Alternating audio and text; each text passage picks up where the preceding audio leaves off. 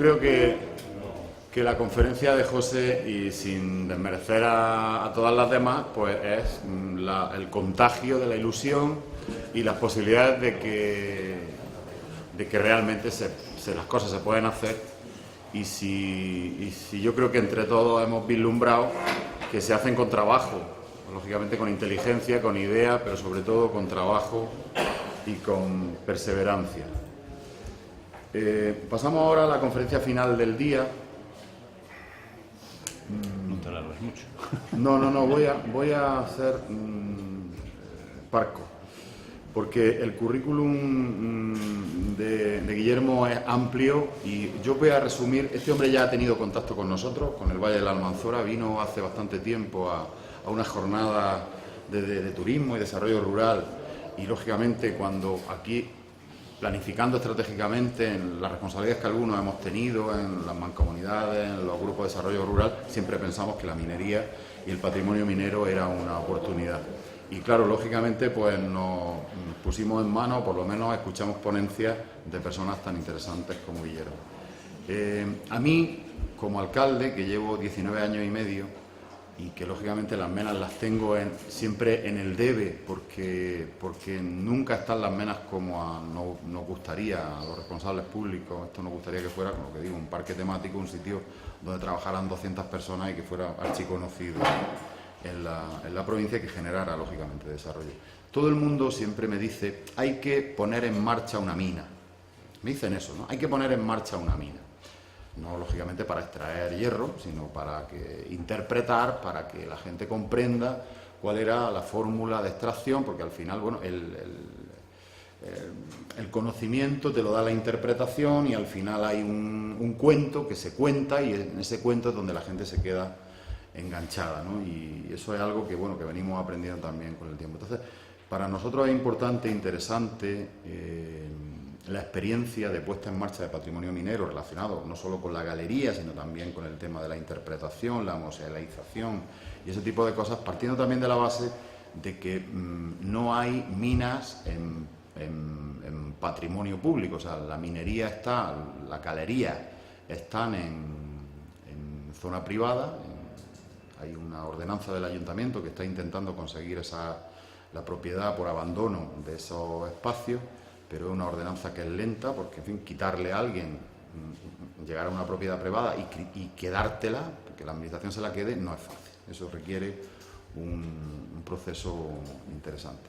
Pero no sé hasta qué punto, Guillermo, y eso es lo que ya te voy a pedir para terminar, que nos cuentes experiencias de cómo esas recuperaciones en otros sitios han dado fruto o no, cuál es la clave de cómo se hacen, cómo se gestionan y demás. Así que te dejo al aforo en tus manos, y te agradezco nuevamente que hayas venido, te hayas desplazado de tan lejos para echarme una mano. Muchas gracias.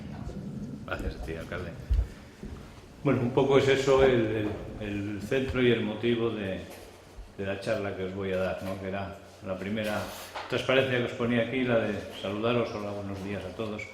Quién soy más o menos queda enfocado. Lo único a añadir: yo ahora me dedico al ejercicio libre de la profesión desde hace un año. Me he tomado esta decisión en la última etapa de mi vida profesional, en base al bagaje de conocimientos que tengo y a meterme al mundo que me gusta. Es decir, descubres desde el año 2000, dejas la vida profesional como ingeniero de minas en el mundo de la producción y te pasas a lo que es la parte de patrimonio, y vas descubriendo esa riqueza que hay ahí y te apasiona, ¿no? Me decía el alcalde que podía estar hablando 2 horas, o sea que dentro de un ratillo me interrumpís y ya dejo de hablar. Y entonces bueno, por ir entrando en materia de qué vamos a hablar hoy y de qué es lo que os voy a contar. Primero, qué es ese concepto de patrimonio minero y patrimonio geológico, qué es poner en valor, y luego daremos unas recetas para ir caminando en este mundo de la recuperación de suelos para usos turísticos. Si nos queda tiempo, que me supongo que no, bueno, tengo preparados una serie de ejemplos que también podríamos meternos a ellos, pero bueno, normalmente no se suele llegar a esa parte por esa capacidad de contar historias, ¿no? que se nos va ocurriendo. Un tema que comentabas, alcalde, el tema de la propiedad privada, fundamental. Fundamental, entre otras cosas, porque al mundo público no se le dejará invertir nunca en la empresa privada porque revertiría el beneficio en otra dirección. Sí hay que decir que una mina no es privada al 100%, siempre el dueño es el Estado, el dueño de una mina, lo único que está haciendo es la concesión de la explotación durante unos años determinados. Si la explotación no se está usando o no está siendo activa, revierte otra vez al Estado esa propiedad. Entonces es lo único que hay que ir considerando. El empresario privado lo que suele hacer es que cada X tiempo y antes de que les caduque esa temporalidad de la concesión, hace algo para poder renovar esa concesión, ¿no? Entonces, bueno, ahí es donde está ese truco o esa manera de hacer las cosas.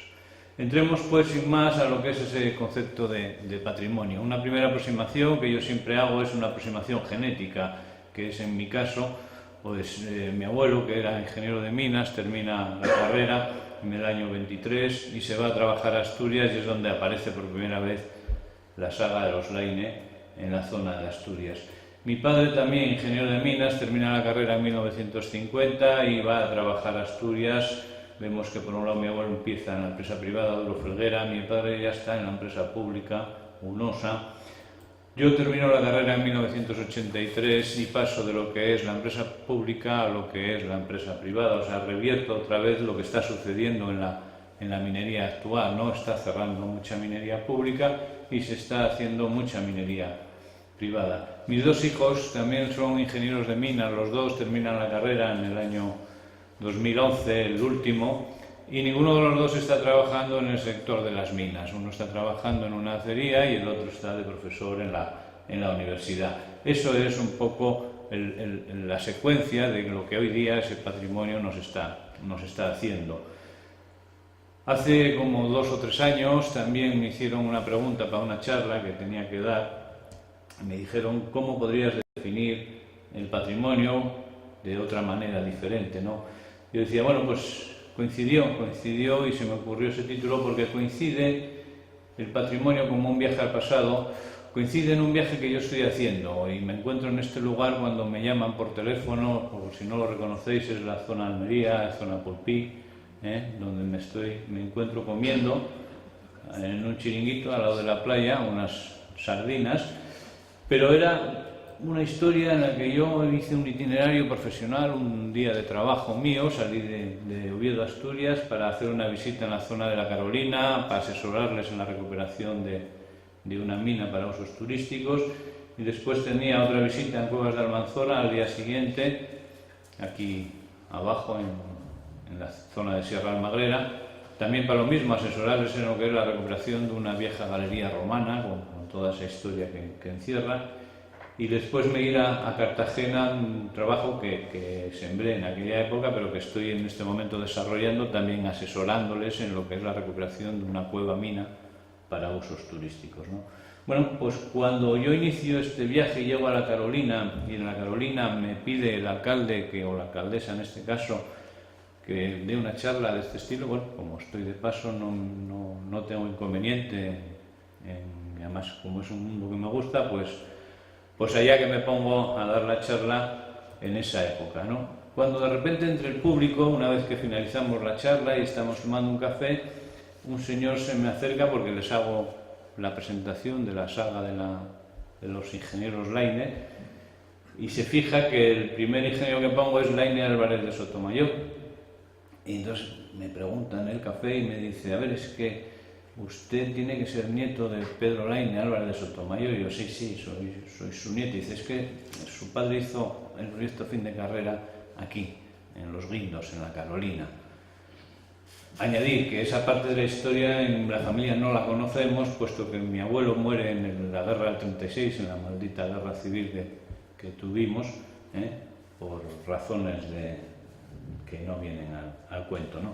Bueno, no conocimos esa parte de historia, entonces mi sorpresa es que alguien de un pueblo en la Carolina, tan alejado de Asturias, de repente haya conocido a mi abuelo. Me dice, es que hizo su proyecto de fin de carrera, y no solo eso, es que tengo su manuscrito en mi poder.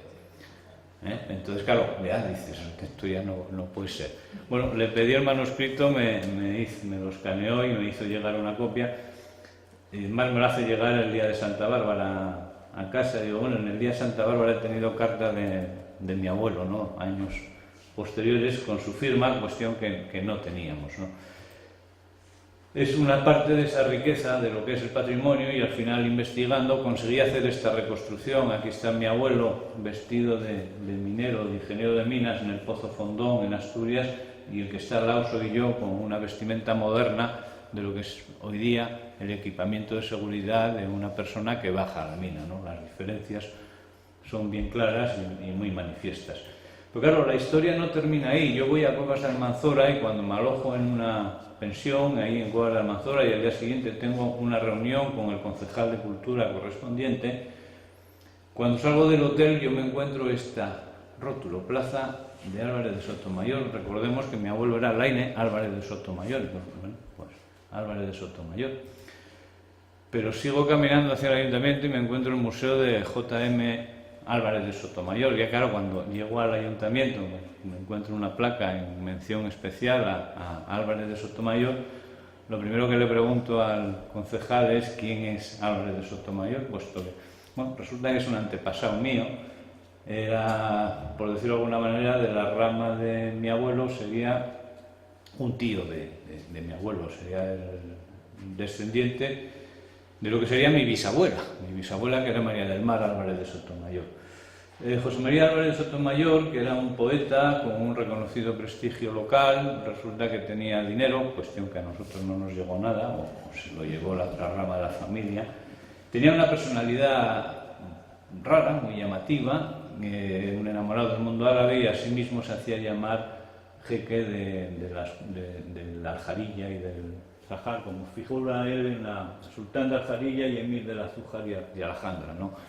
Tenía un pequeño palacete en la zona, digamos que era un artista con un toque de locura tipo Dalí, pero que al final, bueno, como tenía poder económico, pues acuñó su propia moneda, pagaba con esa moneda ideal admitida, era una personalidad extraña y nombraba, este era su palacete donde vivía. Por eso se llamaba cueva de jeque o sultán de las cuevas de Aljarilla, que serían las que se ven en el fondo, que era donde vivía en aquella época la gente, como son las cuevas de Granada y demás, ¿no? Pues una personalidad que enriquece. Este era su palacete en el pueblo de Almanzora, donde vivía él, y de esa manera pues uno se entera que tiene un pariente que en estos mundos, que era a lo loco, como no, esta es la mina romana, donde al final acabé investigando. Y la verdad que sí tiene posibilidades, ahora es cuestión de que apuesten por ella. Y por eso cuando estás en este lugar y te hacen la pregunta, dices, bueno, el patrimonio puede ser también un viaje al pasado, ¿no? Es un viaje al pasado en ese sentido. No obstante, cuando yo hago la afirmación definitiva, es en base a un razonamiento, es decir, de la naturaleza al lingote. ¿Qué sucede entre que vamos de la naturaleza al lingote? Si hacemos un repaso a lo que sucede en esa época y a lo que sucede para llegar a obtener un lingote o un valor de riqueza, iremos viendo cómo vamos generando nuestro propio patrimonio y cómo en un momento dado de la historia a alguien se le ocurre un modelo de gestión que es el que va a originar todo lo que hoy día conocemos como patrimonio minero. Vamos a ir haciendo ese repaso y vamos a ir viéndonos todas esas cuestiones, ¿no? La naturaleza hace un diseño. Esta foto hoy la puse, como es día 8 y es la patrona de Asturias, el día de Covadonga. Esta es la zona de Onís, ¿no? Hace un dibujo más o menos bonito, un paisaje más o menos. Esta es de la zona de León, otro paisaje donde ya la geología, con esa formación tan llamativa ahí al fondo, ya marca un poco su enseña. Pero si nos vamos a esa naturaleza en detalle, habrá zonas con un contenido en riqueza, en este caso son azuritas que se llaman, serían zonas ricas en cobre.